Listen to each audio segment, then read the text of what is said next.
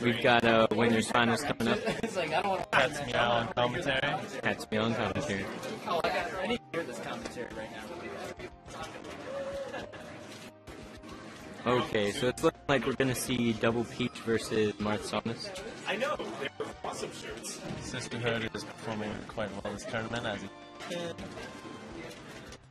Yeah, obviously with both teams in the winners finals, neither of them have dropped a match, so this one should be a close one. A lot of trash talk leading up to this event. Later on we have a $100 money match between Rhan and llod.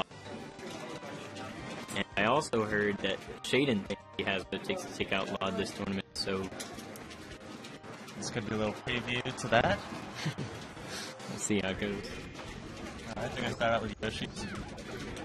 It's honestly an interesting choice for the Double Peach team because Martha loves Yoshi's story and Peach can die early, and one of her strengths in teams is how long she lives. Yeah, generally that's one of the counter picks against this team, actually. We see Traveling Downsmash taking stage control early. Ooh, Marth whiffing a grab, he's going to get punished for it. llod doesn't let those go. This is an interesting team combination because both Thomas and Marth are more defensive characters, and they're more about spacing. So, really interesting to see that. Marth misses that recovery, that's sad. Randall's getting involved this game. He's already done 2 saves for the red team. Oh, great team combo there. Marth with the fair and the Thomas's dash attack.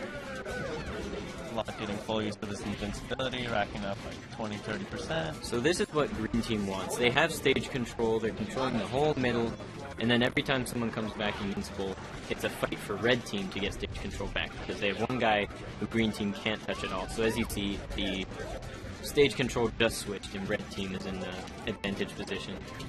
And what I think is funny about this is all 4 characters are really good at edge guards, so whoever has control of middle stage is going to be dominating. Marth opting to drop off of the stage and wait for Samus to come back to distract the Peach. I really like that. Doubles awareness. That's something you won't see at the earlier rounds of the tournament. Alright, we're having a harvest of all this tournament right now. Peach pulling out the golf glove. Marth has a sword, so that doesn't really work out for her. Ooh. Oh, Marth picking up an excellent F smash. llod makes it back. Punishes. Now this game is totally tied. Samus has her charge beam, so anything could happen. Marth is walling him out.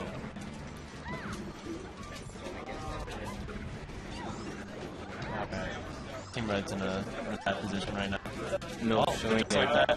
Milf showing their namesake at down smash earlier. llod coming to his aid after the grab.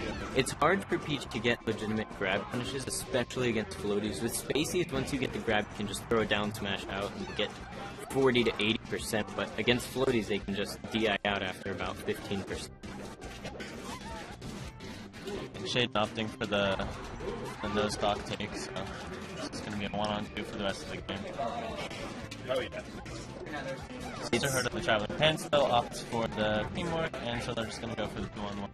That's one thing about teams. 2-stock swings are possible. You saw earlier that it was 3 stocks to 3 stocks, but since there are 2 characters out there, if you get a double edge guard, that quickly you're down 2 stocks and it becomes a 2-on-1. So that's exactly what you just saw, and then Traveling Down Smash takes the game, but it was not destruction by any means. It was a close game, and I'm sure we'll see this set going back and forth. And I know Shaeman prefers Falco, so we might have to see a Falco come out on the counter pick. Yeah, I'm actually surprised to see that Shaeman went Marth. I know that at the higher levels, Marth has a really good matchup against Peach because of the spacing, but I'm not sure if I support that decision in teams. Marth is generally considered a team's player, so we'll see what goes on here. We'll see if Shaeman will switch to his Falco, but right now they're doing counter picks. There are no bans, so I would see them probably going to Final Destination. Peach is pretty weak there. Pokemon Stadium. We're seeing the young Link come out. Singles are probably going to start right after this. Okay, you're good. And I have actually never seen Link and Young Link, but Okay. they are called 7 years. So. This is 7 years, and this is very interesting. The Link matchup is tough for Peach because they have so many projectiles, and so if they just play Runaway, super defensive, and throw out their projectiles, play that heavy defensive campy game, then it's really hard for Peach to capitalize because her turnip pulls require her to be on the ground, and they're also just much slower than the boomerang, the arrow, the bomb. So definitely not a bad choice by 7 years to go for their namesake here. This is going to be really interesting to see if Team Red can get the spacing that they need. Because if you can get up in Young Link and Link's grill, it's really hard for them to get any combos or anything like that. And I heard Arjun llod talking about the matchup Peach versus Toon Link, Young Link, excuse me, versus Young Link earlier, and he said that if he had to play him in singles, he would probably go for a timeout situation. In other words, he would just play the campy game as well and hope to win by percent because he's not afraid of Young Link's approaches. And so I think we're going to see a lot of that. We're going to see a lot of spacing, a lot of nairs out of field and various things like that. Both teams trying to play the runaway game. I'm not sure whether that's Emmy's forte, but I know that llod is in favor of that from his years as a brawl player.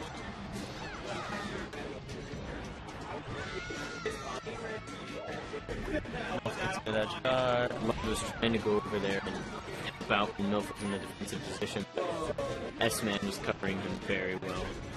And we are at a pretty even match right now. Yeah, this is definitely a tight battle. Well, the butt flings took a lot of damage right there. And that's exactly what we were talking about in between the two games. The two-stock swing is not rare in doubles. And so as you see, Link loses his stock. They get a few seconds of the 2-on-1 versus the Young Link. And now he's up to 72%. One edge guard is not difficult to get for Peach. Milf baits out the up-B from Link and then punishes appropriately. That was a great job by S-Man to cover. As you see, he's going to wall out the Peaches on this ledge, trying to make way for his teammate to come back. That's one very important aspect of teams, is covering the ledge so that your teammate can come back. Milf with the back throw. We'll see if he catches this edge guard, but the bomb interrupts it. That's exactly what we were talking about. Those bombs can come out so quickly, and Peach just has lots of trouble dealing with it. And this is going to be a tough comeback. It's 3 stock to 1. Just like we saw before, this was 4-4, and now it's 3-1. It's a huge mountain for Rhan to climb here.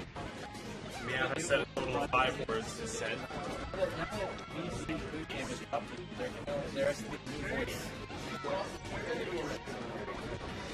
Peach is opting to play the timeout way. Yeah.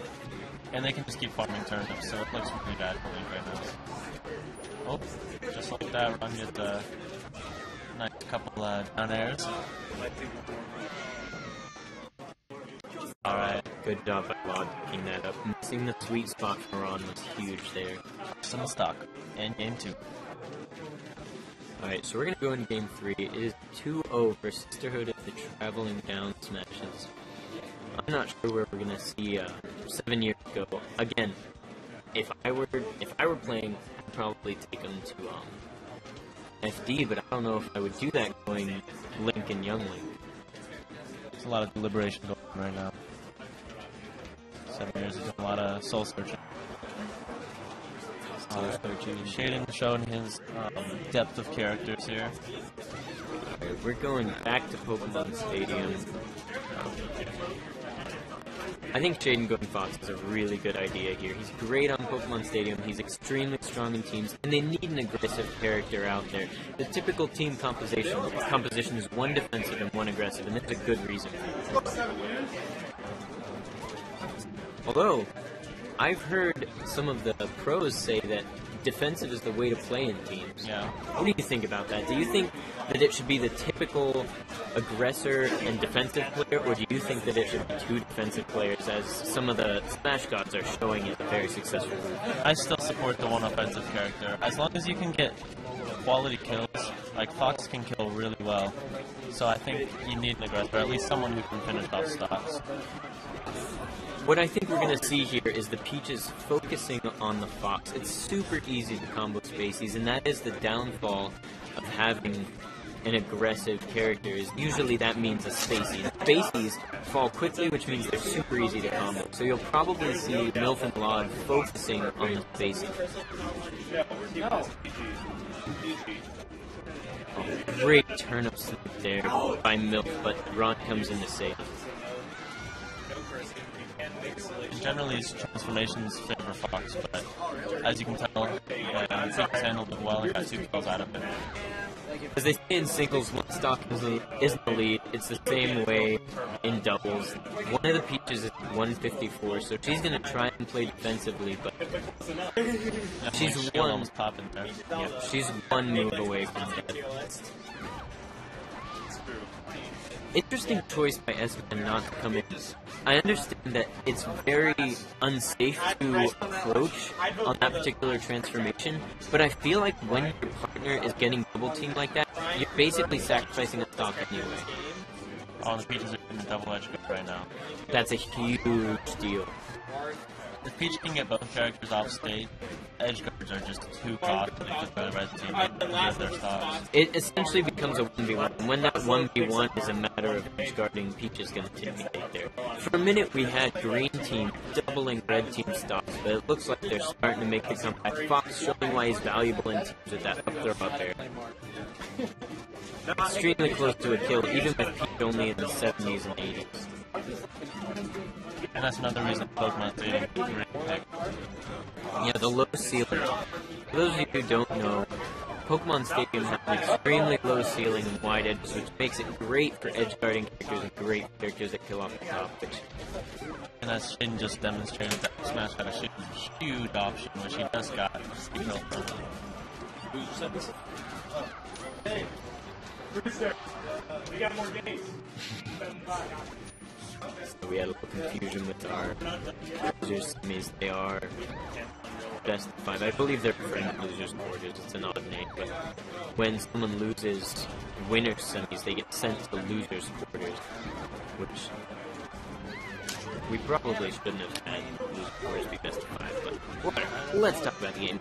We are extremely close in this match. Shaeman goes out for another save, but he doesn't get it. It's looking like it's gonna be the game here. That's gonna be a swift 3-0.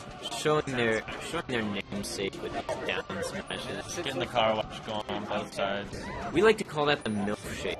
Although I just missed the supposedly easy edge guard, but we did it. Milf loves to throw out the down smashes at them. Oh, that amazing stitch face finish! But those 3 pauses are going to cost Green Team the game. So I think we're going to game 4 now. 3 pauses, 3 stocks. So no, okay. And the Peach Trophy. What a good time for that. All right. Looks like they're not going to count those. So this is Cats and Meow. We're going to sign out. Let someone else on the commentary. See you later.